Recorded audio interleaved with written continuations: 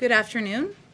As part of our administration's efforts to increase transparency and introduce all of you to the policy experts who are leading the President's initiatives, we're joined today by Domestic Policy Advisor Susan Rice, who will be talking about the racial equity executive order that the President will be signing this afternoon. She's kindly offered to stick around and take some questions. I will, as usual, play the role of bad cop when it's time for her to go. So with that, I'll turn it over to Susan.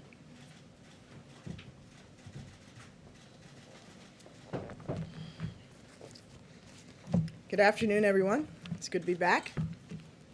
Jen, thanks. The President has committed the whole of our government to advancing racial justice and equity for all Americans. I'm leading this effort out of the Domestic Policy Council. I've assembled a first-rate team to drive this agenda forward. We'll hold the federal government accountable for advancing equity for families across America. I have the support of every White House office and every agency in this work because, as President Biden has made clear, advancing equity is everybody's job. Tackling these challenges, though, is personal for me. I'm the descendant of immigrants from Jamaica and enslaved Americans. My grandparents and my parents are beneficiaries of the American dream, and so am I. My family's story is a remarkable one of the march towards greater equality and opportunity. But for too many American families, systemic racism and inequality in our economy, laws and institutions still put the American dream far out of reach. Today, the average black family has just 1/10 the wealth of the average white family, while the gap between white and black in home ownership is now larger than it was in 1960. These long-standing inequities are compounded by the converging crises we face as a nation. Americans of color are being infected by and dying from COVID-19 at higher rates. 1 in 10 black Americans and 1 in 11 Latino workers are currently unemployed. By some estimates, 40% of black-owned businesses have been forced to close for good during the COVID crisis. Black and Latino families with children are twice as likely to be experiencing food insecurity during the pandemic as white families. And Black and Latino Americans are 2.8 times more likely to die of COVID-19. And for Native communities across the country, the overlapping economic and health crises have devastated tribal economies and healthcare systems. These are desperate times for so many Americans, and all Americans need urgent federal action to meet this moment. Today, President Biden will deliver a national address on his plans to advance racial justice and equity, starting with an equitable and inclusive recovery. President Biden will renew the federal government's commitment to making the American dream real for families across the nation by taking ambitious steps to redress inequality in our economy and expand opportunity for communities that have been left behind, including communities of color.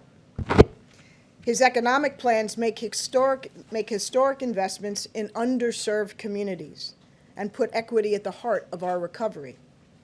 His ambitious agenda builds on a legacy of Americans forging opportunity out of crisis. These aren't feel-good policies. The evidence is clear. Investing in equity is good for economic growth, and it creates jobs for all Americans. Economists have estimated that the U.S. economy has lost a staggering $16 trillion over the last 20 years because of discrimination against families of color. If we closed racial gaps in income and opportunity, these same economists have estimated we could add $5 trillion to the U.S. economy over the next 5 years and add over 6 million new jobs for all Americans. So building a more equitable economy is essential if Americans are going to compete and thrive in the 21st century. We've hit the ground running to embed equity throughout the administration.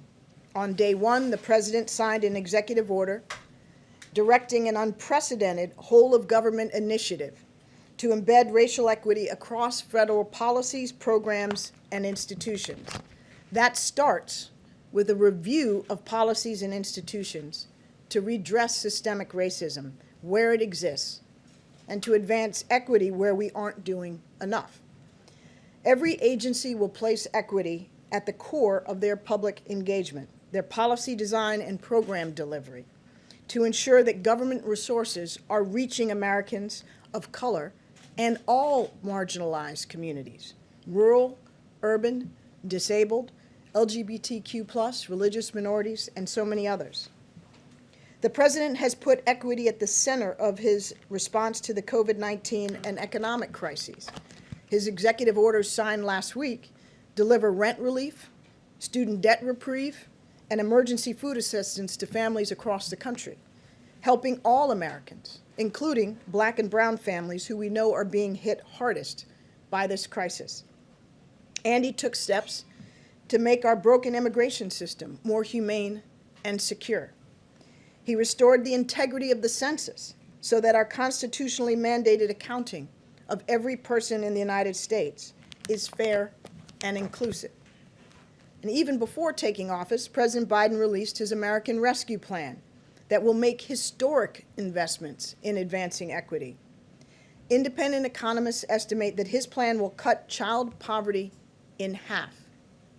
Cut child poverty in half for all Americans and reduce overall poverty by 30%. Black American families this year will face a poverty rate of 20% if Congress does not act on the American Rescue Plan.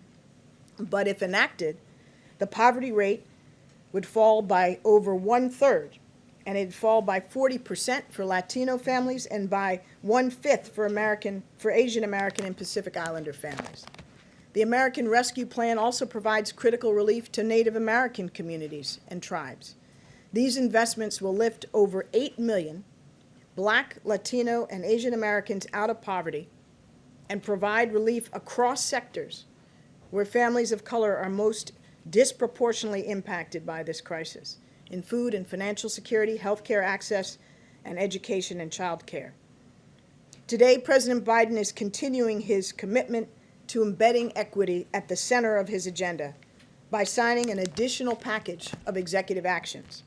The President will sign a memorandum directing the Department of Housing and Urban Development to mitigate racial bias in housing and affirmatively advance our nation's fair housing laws.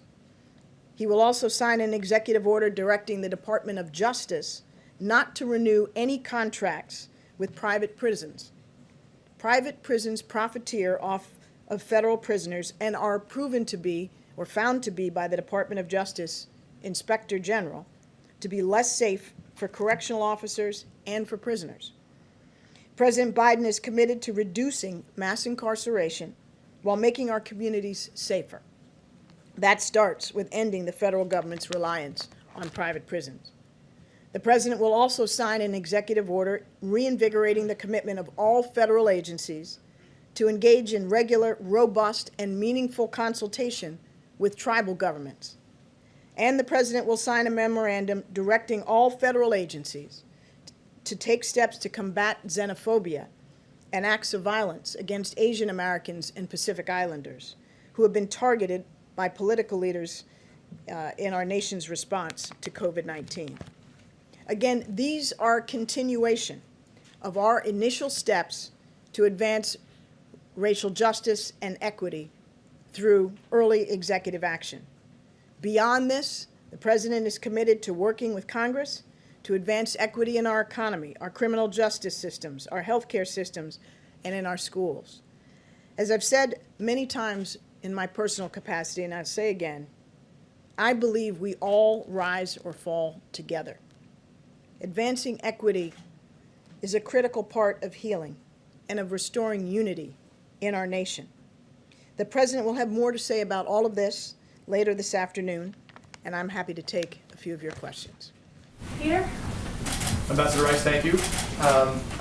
You speak about communities of color right now that are disproportionately impacted by the pandemic, of course. They're also less inclined to have faith in the federal government response to the vaccination process. So what specifically, I'll follow up with others, but what specifically is being done right now for communities of color to convince them it's okay to get this vaccine?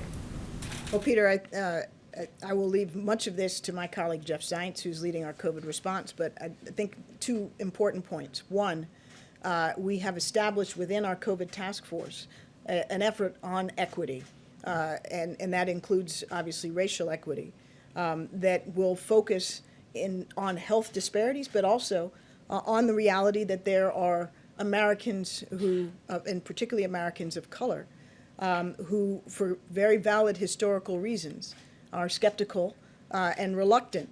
And a large part of what our colleagues on the COVID task force are doing, this is the second part, is reaching out directly through targeted campaigns to get to those very communities where the skepticism is highest. And that's vitally important because as communities of color are suffering disproportionately, may have less access to information about the vaccine, and the ability to easily go online in some instances and get an appointment, we have to take those additional steps to ensure that they are aware of its availability, they can get appointments, and that they understand that the vaccine is safe. Let me ask you, I have a couple things. One's news of the day, but another one, there's a lot of day one promises right now. Jen does news of the day. Okay, fine. Let me ask you, We'll do the whole thing after this. on February 20th of last year, President Biden said, my first day of office, I'm going to send a bill to the Congress repealing the liability protection for gun manufacturers, closing the background check loopholes, and waiting period. So what happened to that day one promise? Well, I think you've seen that we have rolled out an unprecedented number of early executive actions. And as you've heard Jen say and many of my colleagues say, this is just the beginning. We have 1,454 more days left in President Biden's first term. And so give us a little something to do over the next few days. Cecilia? Thanks, Jen. Thank you, Ambassador. A housekeeping question, if I may, and then a follow-up. Can you speak specifically to what this does as it relates to immigration and immigrants? Does this cover particularly the prisons and private prisons housing immigrants, undocumented immigrants, tens of thousands of whom are facing deportation in privately run prisons right now? This order today applies to the Department of Justice-run prisons. It is not, in this instance, applicable to those run by other agencies. Not ICE, not anything like that. Okay, and then going back to January 6th and what we saw just a few weeks ago at the Capitol, when we saw people roaming that building carrying Confederate flags, wearing anti-Semitic shirts. We saw lawmakers in that group, we saw firefighters in that group, we saw military veterans in that group. What are you doing to address this issue of white nationalism? And how concerned are you about the threat of from some of these groups leading into this impeachment trial in 2 weeks? Well, I think we have seen, and it's been plain for all Americans on their television sets, just how serious a problem we face from nationalists and white supremacists who have demonstrated willingness to resort to violence in some instances. And that is why the president has ordered the intelligence community to compile a comprehensive assessment of the nature of this threat and challenge and its origins and roots, and thus provide policymakers with inputs that will be very important to address this challenge. The National Security Council has set up a capacity within the NSC to focus on domestic violent extremism and to ensure that we are within the White House and within the interagency coordinating efforts to craft and implement policies that will address this. So we're taking it quite seriously. And why doesn't this address the ICE private detentions? It addresses the Department of Justice prisons in the first instance. It's silent on what may or may not transpire with ICE facilities. There was a Department of Justice Inspector General report in 2016 that underscored that private prisons funded by DOJ were less safe, less secure, and arguably less humane. This was the Obama-Biden administration took steps to end renewing of contracts for private prisons. Trump administration reversed that, and we're reestablishing it. Go ahead. And I know we met this morning, but tell us your name again. Mario Parker, Bloomberg News. Thank Thank you, Ambassador Rice. Two questions. The first, what will the administration do to address the relationship between communities of color and police, particularly as part of the mass incarceration component? And then second question, Republican legislatures have signaled that they're going to look to roll back some of the voting procedures from the last election. We know that that's centered in some of those swing states and largely black and brown communities. What's the administration going to do about that as well? Well, with respect to prisons, policing, the entire basket of very important criminal justice reform issues, this is something that we are committed to addressing, and we will have more to say on criminal justice in the coming weeks, including on matters related to policing. So please stay tuned for that. With respect to efforts to roll back the access to the ballot, this is something that I expect that the President will address in his remarks today. It's a matter of real concern because we ought to be in the business of encouraging and enabling all Americans who are eligible to vote to be able to vote. And that's why we will continue to work with Congress on its various efforts to advance democratic reforms. There's legislation on the Hill that would move us in that direction, including restoring and revitalizing the Voting Rights Act. Jonathan, you'll have to be the last one. But Susan will come back, I'm sure. You gonna let me come back? Rice. We'll welcome you back. Go ahead. Thank you, Ambassador. These measures here are executive actions, which of course could be overturned and reversed by a future president. Can you talk about what steps could be taken to codify these, to make them permanent, whether it's private prisons or other measures, so they could not be undone by a future president? Yeah, well, Jonathan, as you know, to codify something and make it lasting in law requires that Congress, both houses of Congress pass it and that the President sign it. And for this, as well as many other things, there will be areas where legislative actions are the best and most durable approach. There'll be some instances where, in advance of legislation or efforts to achieve legislation, it's wise to take executive action. So I don't think we should assume that by doing something by executive action, where it may also be appropriate to seek legislation, that we wouldn't do it. We have a very full legislative agenda. The President's first priority is enacting the American Rescue Plan, as well as getting our nominees confirmed, and we'll be focused in the next few weeks on that. Thank you, Ambassador Rice. Thank you, Jen. Thank you, everybody.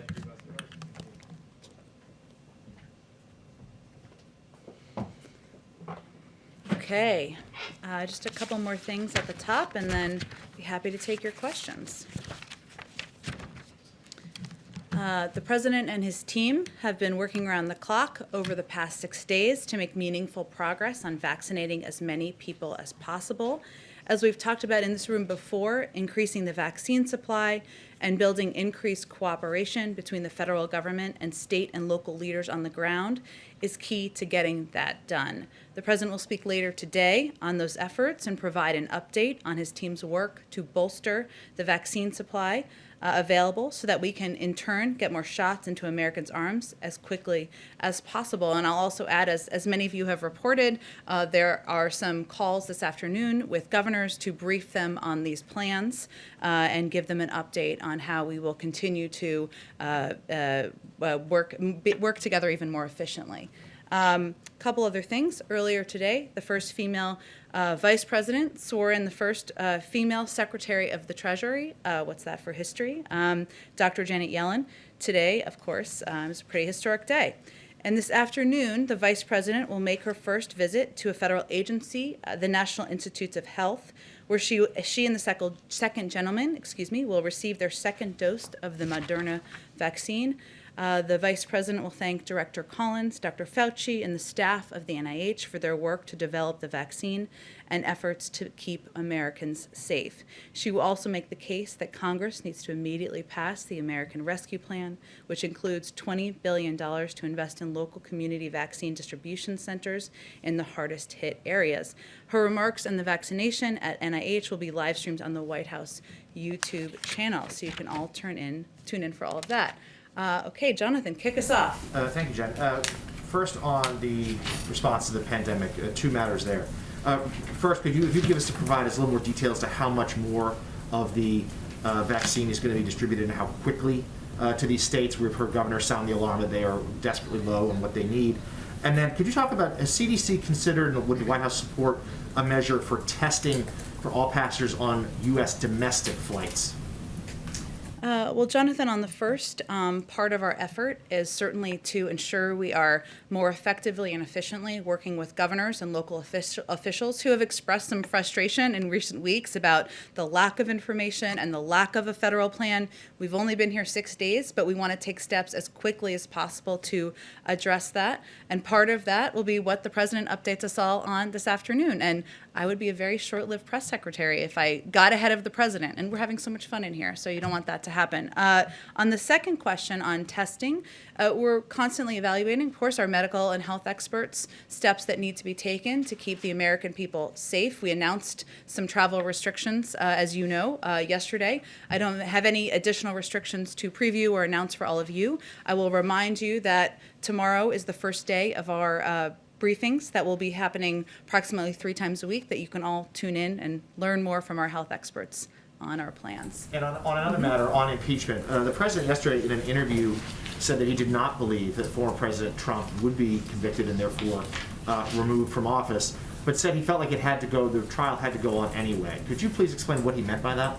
Sure. Well, let's put this in context of last night. So last night, the House impeachment managers delivered the articles of impeachment to the Senate with a dramatic walk over, as you all carried on television. The president was referencing a fact that he referenced in his statement just a couple of weeks ago when the House passed the articles of impeachment themselves, which is that now it, of course, will move on to the Senate. As he also said at the time, he hopes, and I'll quote him here, the Senate leadership will find a way to deal with their constitutional responsibilities on impeachment while also working on the other urgent business of the nation. He still continues to feel that way. So last night they delivered the articles. The next step, as you all have reported and people watching at home know, is for the Senate to proceed with their trial. He's going to allow them to move forward at the pace and manner that the leaders in the Senate determine. And I can promise you that we will leave the vote counting to leaders in the Senate from now on. Last follow-up and then hand off. On this, though, why is the president so reluctant to express his personal opinion as to what happens here? We understand he's not in the Senate anymore, but he is the leader of the Democratic Party. Why won't he say what he believes should happen?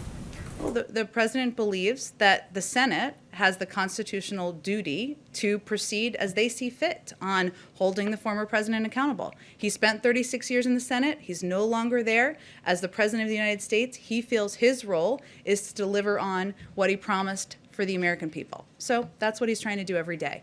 Go ahead, Peter. Just a little housekeeping as it relates to what's going on in the Senate right now. When is the last time that President Biden spoke to Leader McConnell? He has spoken with Leader McConnell, as he said. It's spoken with him a couple of times, but I'm not going to. I'm not going to read out specific calls to all of you on the pace or number of their phone calls. I guess the question is, this is someone who has always said, the president, that his strong suit is the ability to work with both sides of the aisle. And he criticized the previous administration for not bringing lawmakers here on COVID relief to sit down in the Oval Office. So why not say to Democrats and Republicans, come to the White House right now, let's hash this out and let's get it done? Well, I know that would make for excellent television and quite a dramatic moment here at the White House. But he is in close touch, as our team is, members of our senior team, as you know, Brian Deese, a number of senior officials here at the White House, speaking with different caucuses in Congress, Republicans, Democrats, people from different wings of different parties about our plans and our commitment to getting the COVID package passed. But our view is that a lot of those conversations should happen one-on-one, should happen in small groups, and that's the most productive way to move this bill forward. Let me ask if I can. There seemed to be a little bit of disagreement in terms of the way both Dr. Fauci and President Biden viewed herd immunity and when we get out of this pandemic right now. We heard the president yesterday say, I feel confident that by summer we're going to be well on our way towards herd immunity. Dr. Fauci said that he thought this would likely occur where we were closer to being back to normal by this fall. Just so it's clear for Americans what the administration is promising or telling them, when should we expect that takes place? Well, the president is certainly pushing his team every day to deliver results as quickly as possible. So as part of his comments yesterday, he also talked about his desire to ensure there's greater availability in the spring, and certainly his hope that every American will, that more Americans will have access as quickly as possible. But he has also said many times it will take months and months for a broad swath of the population to be vaccinated. And as always, he's guided, as we all are, by scientists and medical experts, and certainly Dr. Fauci's guidelines of when we can expect for a broad swath of the population to be vaccinated. For specificity on the vaccine stockpile yesterday, you didn't have a specific number. CDC Director Rochelle Walensky didn't as well. What is the stockpile right now? Where do we stand at this moment? Well, the president is going to have more of an update later this afternoon, as I previewed earlier. Do we know the answer, I guess? Do we have our hands around that? Well, certainly there is we monitor updates on a daily basis through Tiberius and multiple systems that have available information on vaccine numbers that are distributed to states, what states have received, what they have distributed. And we've been connecting all the dots to ensure we have our best understanding of where the holdups are. And we, of course, have that assessment, but we're continuing to dig in every day on what the issues are. Why isn't the vaccine getting out to states? What is the holdup with vaccinators? Why aren't there more vaccine sites that are getting the supply they need? But later this afternoon, he'll have more of an update on our additional vaccine supply that we'll make available to states. Go ahead, Peter. Thank you, It's a Jen. Peter row up here. Pete and Pete, or Pete and repeat, I guess. So the jokes could go on. Thank Go you. ahead. Yeah, let's do that. So there are some reports that FEMA is now planning to reroute up to $10 billion in money that could be used to combat COVID-19 right now, to preemptively combat climate change by building seawalls and elevating flood-prone homes. And I'm curious if there has been any thought given to waiting until COVID is behind us to do that. Peter, I had not actually seen that report before we came out here. As you know, and I'll just repeat, the president's first priority is getting the pandemic under control and doing everything needed, putting all of the necessary resources behind that. But I'm happy to circle back with our team on that specific report. And another question, the president says that he hopes that the Senate leadership can continue, can do the Senate impeachment trial while working on the people's business. What if they can't? Well, as president, you always have to be hopeful, of course. That's your role as a leader, to push leaders, push Democrats and Republicans to make more progress. But, you know, I think what the president will continue to do privately in his conversations with members of Congress, Democrats and Republicans, and publicly, is make the case for the cost of inaction. And I think he doesn't feel that the Democrats and Republicans in Congress have the space and the time to wait, that there's an urgency that the American people are going to continue to push members who are representing them on. And so I don't think he feels there's an alternative other than them to move forward with urgency. And then just one more. The riots in Portland and the violence in Portland recently, there was some discussion earlier about the January 6th rioters being reviewed by the DNI as domestic violent extremists. Are the rioters in Portland also being viewed through the same lens, or is that something different as the White House sees it? I think you and I talked about this yesterday and conveyed that all violence happening around the country will be reviewed as a part of the tasking that was done by the national security team. But I don't have anything to preview on it. Cecilia, go Thanks, ahead. Jen. On COVID relief, we've heard Republicans come out in opposition in broad brushstrokes at this point. But in terms of the conversations that Brian Deese is having, or the president for that matter, or anyone on your team, has any Republican come forward to give you an alternative? What is happening with these negotiations? What are they telling you that they want? To go? To stay? What's the without you negotiating from here, but what alternatives are they giving you? Well, Cecilia, you have the benefit of having covered Congress for quite some time, and you know none of them are quiet about what they like and don't like, and they often say it publicly. So the president and members of our team are hearing many of the same, expressions of support and sometimes expressions of questions about whether the package needs to be the same size, whether it's targeted, whether it should be targeted in this way. Those are the same questions that they are hearing privately. And what the president is also hearing privately, and what members of our team are also hearing privately, is that they expect him to be focused on this package, and they will be as well. And they hear and understand the urgency. And as you know from covering this for quite some time yourself, oftentimes things come together right before there's a vote, right? The president kind of alluded to this yesterday, but we feel democracy is working how it should. He laid out his big package, his big vision of what it should look like, and people are giving their feedback, and he's happy to have those discussions and fully expects it's not going to look exactly the same on the other end. And on the stockpile assessment, I want to flip the answer that you've been giving, saying that it's 5 days or 6 days. Give us some time to catch up with this. I understand that. On the inverse, it's been 6 days. Mm-hmm. Why don't we know exactly what is in this stockpile? What have been the hurdles, the biggest hurdles in getting that answer? Slawi, you probably heard this yesterday, defended the program Operation Warp Speed, saying that the results were exceptional. So why is it taking so long? I'm not 6 days in. six days in. Well, 6 days in, the president is also giving an update on steps we're going to take to provide more vaccine supply to states across the country. In response to their concern, there has not been a federal plan in place, and that they haven't received the coordination, cooperation, and information they desired. So, in my view, that's a pretty rapid response to states' concerns. We do have an assessment. As I referenced Tiberius, which is quite a name for this website, I will say.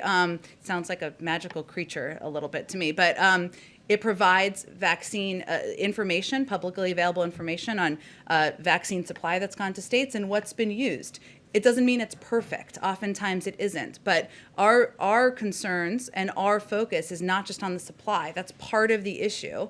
It is also about ensuring that states have the number of vaccinators they need. So that means people who are literally taking the shots and qualified to put them in the arms of Americans. And some states and some communities don't have people who are able to do that. And vaccine centers and places where people can go and receive the vaccine. So there's multiple steps in this process, and our focus is on ensuring not just the supply is at the rate it needs to be, and that states have more advance notice. This is one of the things governors will tell you and have told us, that it is very difficult for them when they find out a day before, a couple days before, that they're going to run out of supply or when a next supply shipment is coming. They want more time. That's something we're also working on. So those are all pieces that are a part of this Herculean operational task that our team has undertaken. Go ahead, Mario. Thanks, Jen. Senator Schumer last night said that he wants President Biden to consider declaring climate change a national emergency to give him power similar to what his predecessor, President Trump, did with the wall. Is that something that the president is considering?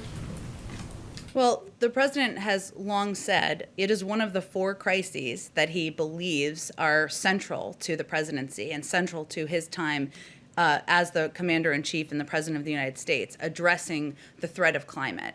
So he is not only taken actions, executive orders, taken actions that fall under the purview of the president, but also he has pushed to find ways to work with Congress on taking additional steps moving forward too. There'll be more we have to share on our efforts on climate in the days ahead, but I don't think Leader Schumer has any doubt about the president's commitment to this, and certainly the fact that he has called it a crisis. He's said it is central to the issues he wants to take on in his presidency, speaks to his commitment to the issue.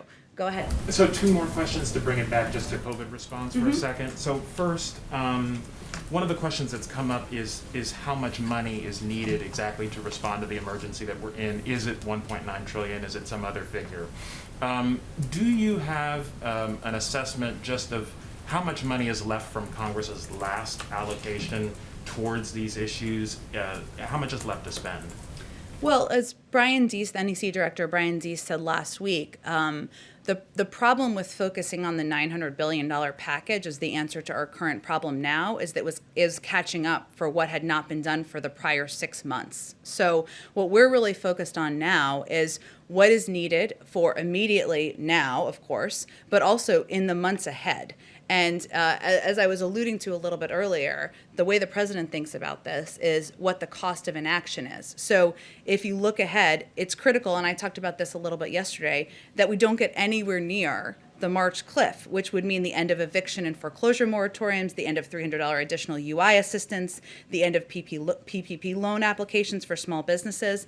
And as you all know from covering what's happening in the country, people need security. And what we're trying to do now is provide that. So this package was designed not with a number in mind. We weren't trying to get a shock value, sticker value. The president relied on the advice of economists, of health experts, and others who recommended this is the size and the components that are needed now, not just to distribute the vaccine, but to provide certainty and a bridge to the American people to get to the other side. So, but you have a number right now for how much is for vaccine distribution alone, how much you have to spend as compared to what you've asked for.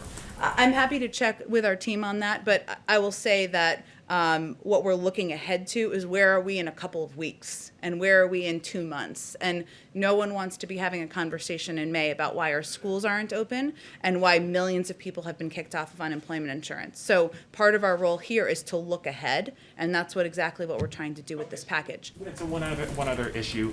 The President Trump signed an executive order restricting exports of vaccines that are manufactured within the United States. That order is still in effect.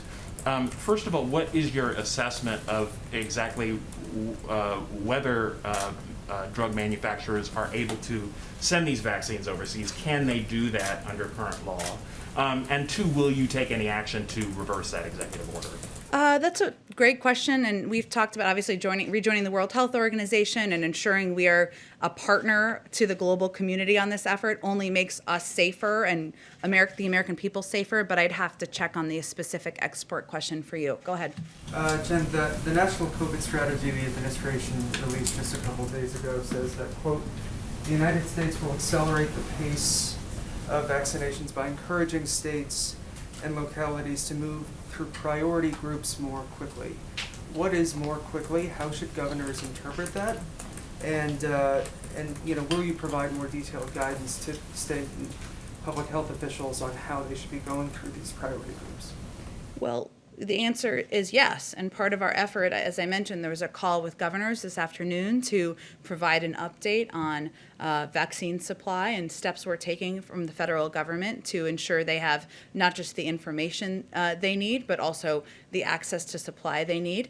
And in terms of the pace, the guidelines will, of course, be publicized by the CDC. They have their first briefing tomorrow. We'll see if they have an update on that.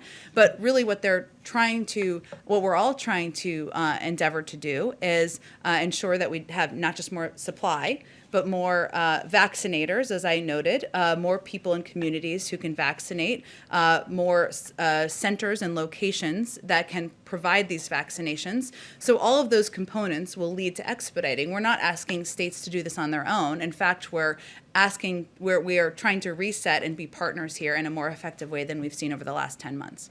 Health officials seem to be recommending now double masking. Is that something that the White House would like to see? I've seen some of those reports. I haven't seen that come officially from the CDC, but again, I'd encourage you to ask them that question tomorrow, and I'd refer to them for any new guidance on that front. Go ahead. Hi, regarding the Defense Production Act, what is the timeline for ramping up production of supplies, specifically the specialized syringes, and has the administration been in talks with any specific companies or manufacturers? It's already been invoked and underway, so those discussions and efforts to ramp up production are already underway. They started as of less than 24 hours after the president signed that executive order and made that announcement last week. I don't have any specific companies, I don't think, to kind of preview or read out for you, but I'm sure we can follow up and see if there's more specifics to to provide on the specific companies. Department of Defense considering plans to deploy military, National Guard to help with the vaccinations, be those vaccinators in communities that are underserved? Well, certainly the government, across the government, everyone is going to play a role in COVID and addressing COVID and getting the pandemic under control. But in terms of their specific plans, I would send you to the Department of Defense. On behalf of the radio pool. Sure. The administration's, this is for a reporter who can't be in the room. What are the administration's plans for Guantanamo and restarting military trials for detainees? One case announced last week. I don't have anything new on that. I'm happy to follow up on that for you as well. Go ahead. I just wanted to circle back to Peter's question. So Dr. Fauci on Fox today went back to quoting that 100 million doses in 100 days number. So did the president misspeak when he said the new goal is 150 million shots in 100 days yesterday? Or was he operating under some new update that he got? The president didn't actually say the new goal is. The president said, I hope we can do even more than that. And that is certainly, of course, his hope. He is continuing to push our team to get as many Americans vaccinated as quickly as possible. That's why we set the bold goal of 100 million shots in the arms of Americans in 100 days to begin with. I would just remind everyone, this has literally never been done before. And as what he has asked the team to do and what the team is focused on doing is also planning for contingencies. I mean, we're at war with the virus. So in a wartime theme here, there are a lot of things you plan for, including trucks breaking down, freezers breaking, needing to plan for that, not having vaccinators in a location to be able to put the syringes in people's arms. The 100 million number, though, would be a more accurate number to be citing. That's the number we set based on the recommendations of health and medical experts, continues to be our goal. But does he want to beat that goal? Of course he does. Of course he does.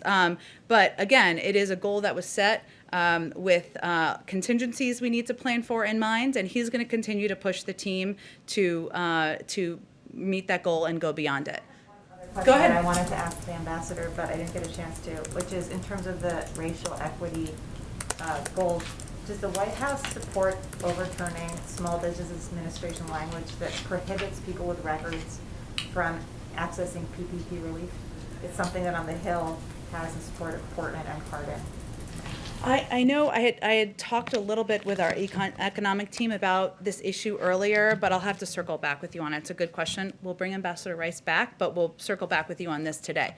Yumish, go ahead in the back. Hi, I have a couple questions. First is, David Kessler said that most Americans would not be vaccinated until the third or fourth quarter of this year. He said that last week. President Biden spoke and said that we could possibly have herd immunity as early as this summer. That's the difference of a couple months. I'm wondering if you could reconcile the difference there and talk a little bit more about when herd immunity and most Americans will be able to be vaccinated.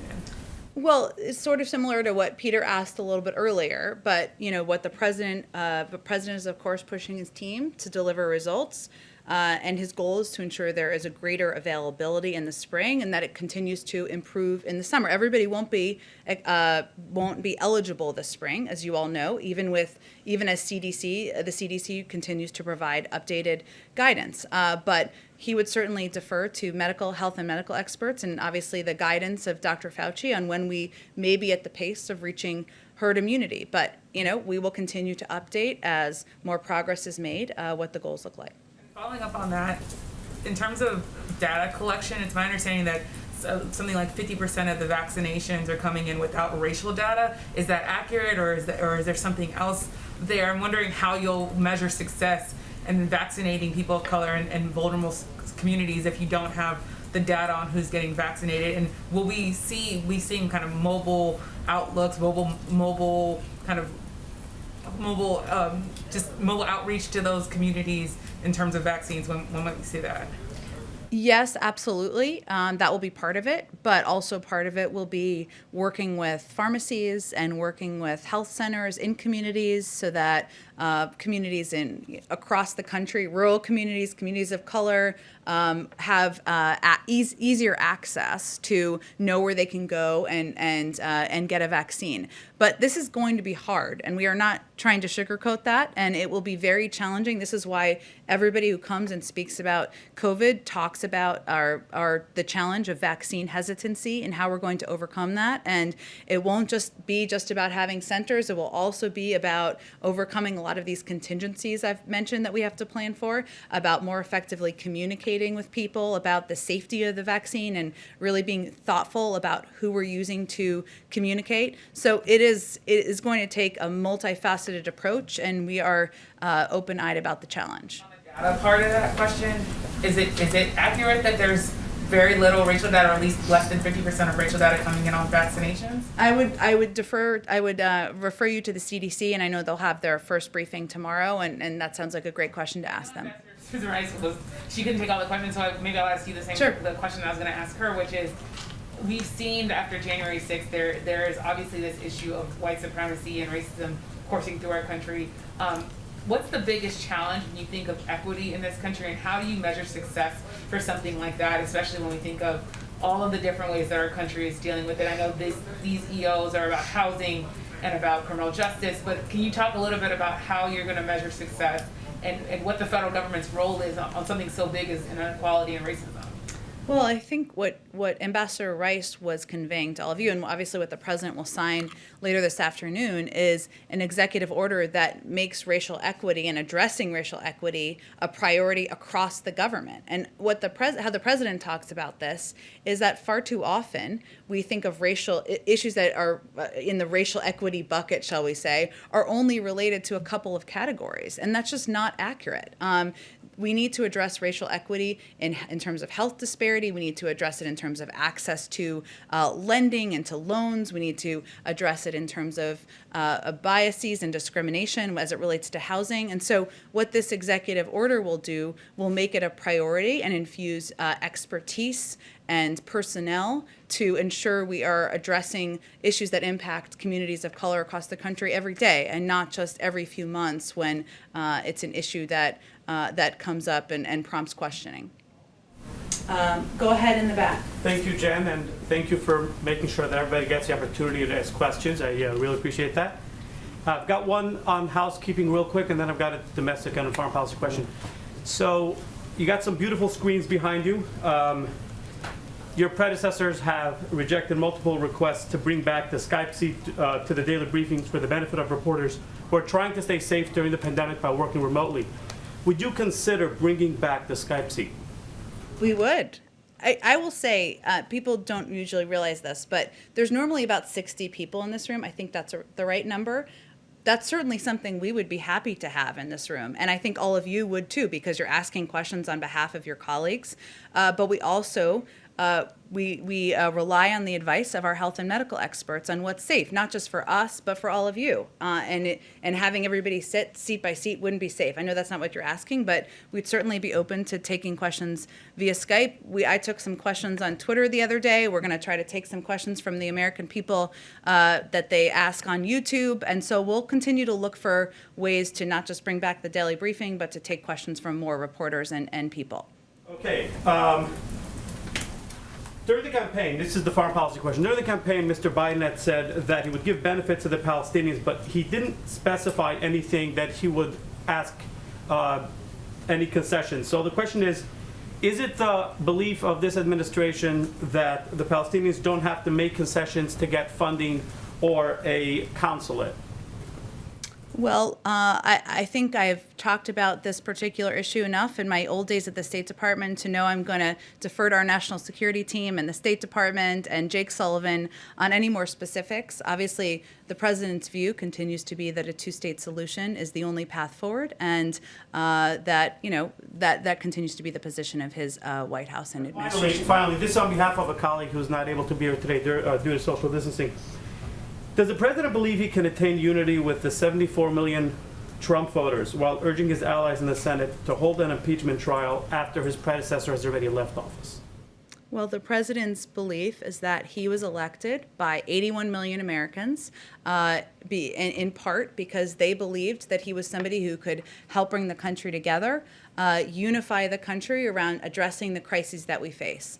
And when he talks every day, nearly, about getting the pandemic under control, putting people back to work, he's not just speaking to people who voted for him. He's speaking to all of the American people, including the 74 million who didn't vote for him, and certainly addressing the pandemic, ensuring that people don't worry about the health and safety of their grandparents, of their sisters and brothers, getting kids back to school. That's not a partisan position. That's a leadership position, and one he's taking because he wants to make sure he's delivering for all of the American people. Go ahead, all the way in the back. I'm Marek Volkowski from Polish Radio. The president spoke with Chancellor Merkel yesterday. Mm-hmm. But the readout from the phone call doesn't mention Nord Stream 2, the pipeline from Russia to Germany. Mm-hmm. Have they discussed this particular project, and what's President Biden's position on Nord Stream 2? Is he determined to use all the tools he has, like sanctions, to stop the project? Well, I don't have any more for you on the particular readout, but I can convey that we continue to believe, the president continues to believe, that Nord Stream 2 is a bad deal for Europe. We're aware that the previous administration imposed new restrictions on activities related to the pipeline under the National Defense Authorization Act, and we will be reviewing those measures. And so he looks forward to continuing to consult with our European partners on this issue, and if there's more to share on his conversation with Chancellor Merkel on it, we will certainly circle back with you more directly. Let me just get to everybody. Go ahead.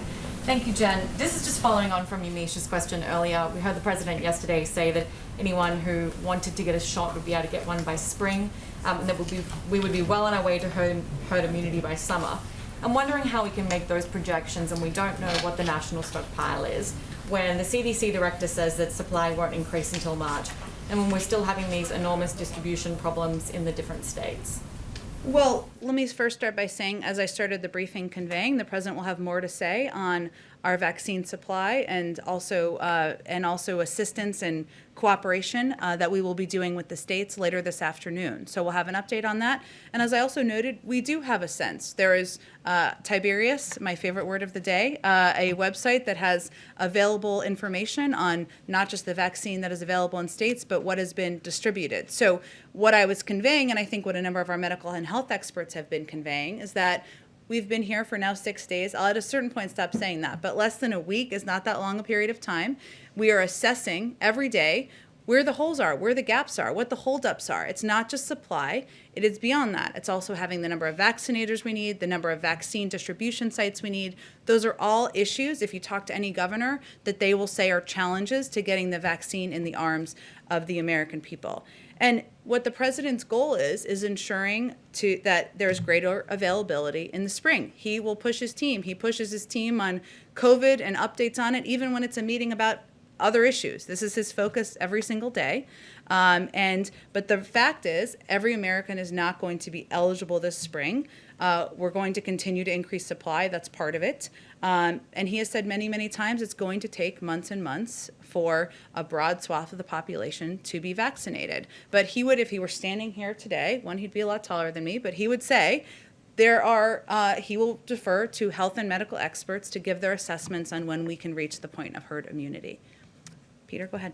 There is a report now that the chief financial officer of Florida has sent a letter to the International Olympic Committee that Florida would like to host the Olympics if Japan next year is uncomfortable because of the pandemic. Is a Florida Olympics in 2021 something you can see the White House supporting? Wow, well, that's a lot of steps that need to take place. And I don't know the entire process of the Olympics, but I would certainly send you to the U.S. Olympic Committee and the International Olympic Committee first on what their assessment of that offer is, and certainly, of course, what their assessment is of Japan's preparedness for the Olympics. Go ahead right here. Jen, on contingencies, if these COVID vaccines need to be tweaked or changed because of these emerging variants, how is that going to complicate your rollout effort? Well, Dr. Fauci spoke to this a little bit last week, and I expect this will be one of the lines of questioning with our health and medical experts when they have their first briefing tomorrow. And they have spoken to both assessments that have been made about the efficacy of the vaccine, even with the new variants, and how they are evaluating what the efficacy will be moving forward. This is something that they will continue to look at through a medical and health lens. So I don't think I'm going to have a new update or assessment for you from here, but it's something they're looking closely at, and the president will continue to encourage them to be as honest and straightforward with the American people as possible. Just one unrelated question. One of the President Trump's last acts was to grant protective status to Venezuelans who are in the United States. I believe that still stands. Can you give us an update on your position on that? Sure, let me see. Let's see. Well, the overriding goal of the United States is to support a peaceful democratic transition in Venezuela through free and fair elections. He has long been clear, the president that is, that his administration's approach to Venezuela will focus on addressing the humanitarian situation, providing support to the Venezuelan people, and reinvigorating multilateral diplomacy to press for a democratic outcome and pursue individuals involved in corruption, human rights abuses, and pursue individuals involved with that. I don't have anything more for you on the status of temporary protected status. That was a mouthful. I will, of course, our national security team is doing a review of all of the positions and put in place by the Trump administration, and we'll provide an update when we have one. Go ahead. One more question. Ambassador Rice outlined all of the disparities when it comes to Americans of color being infected and dying from COVID at higher rates. Does the White House fault the policies of the previous administration for creating those disparities that we're seeing? Well, health disparities in communities of color existed long before the Trump administration took office, and I think that's a statement of fact.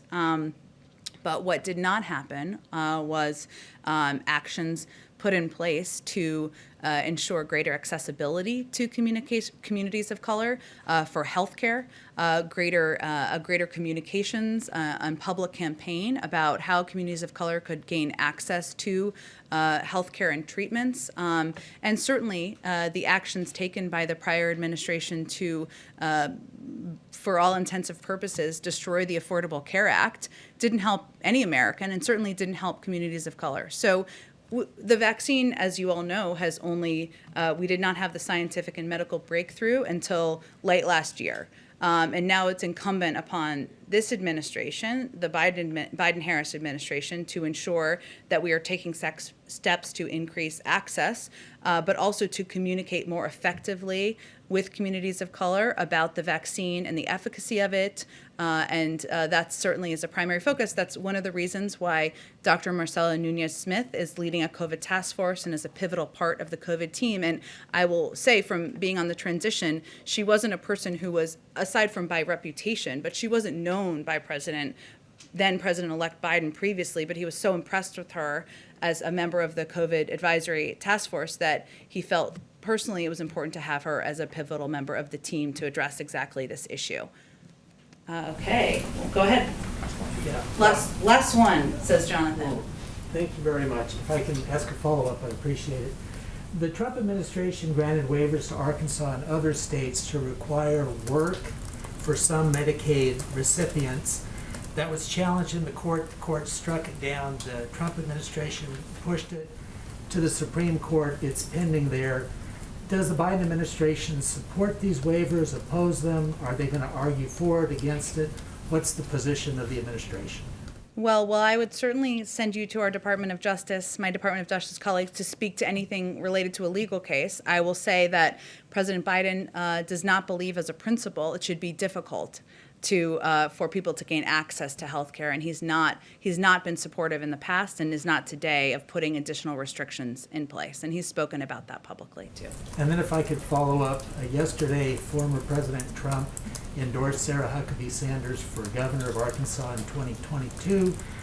Where does President Biden stand on that particular race, and how high is this on his list of priorities? Wow, how high is the Arkansas Republican gubernatorial primary on the president's list of priorities? Not high. I can confirm for you, I'm not running for governor of Connecticut in the future, so I'm here to confirm that for you as well. I don't expect he will get involved in this race, but also politics is not front and center for his mind in general at this point in time. He's focused on getting the pandemic under control. Okay. Jen, who leads the governor's call today, just for clarity? What'd you say? Who's leading the governor's call today? Who's leading the governor's? The president won't be on it, so who is leading? Jeff Science will be one of the health officials, or one of the, I should say, policy officials who's on the call today. There may be others, but he's one of the primary leaders of the call. Governors obviously participate. I believe so, yes, exactly. Okay, last one, I'm breaking Jonathan's rule, but Saw an since you're alert new. that President Biden has spoken to President Putin. Can you give us an update on the nature of their call? What came up? Well, the call, I can confirm for you, the call was scheduled. The call has happened, I believe, since I have come out here. So we will, of course, be putting a readout of the call out. But since you gave me the opportunity, I will just convey to you that he called President Putin this afternoon with the intention of discussing our willingness to extend New START for 5 years, and also to reaffirm our strong support for Ukraine's sovereignty in the face of Russia's ongoing aggression, and also to raise matters of concern, including the SolarWinds hack, reports of Russia placing bounties on United States soldiers in Afghanistan, interference in the 2020 election, the poisoning of Alexei Navalny, and treatment of peaceful protesters by Russian security forces. His intention was also to make clear that the United States will act firmly in defense of our national interests in response to malign actions by Russia. But we'll have a readout for you, I assume sometime early this afternoon. Thanks, everyone. Thanks, Jen. Thank you, Jen. Mario, thank you.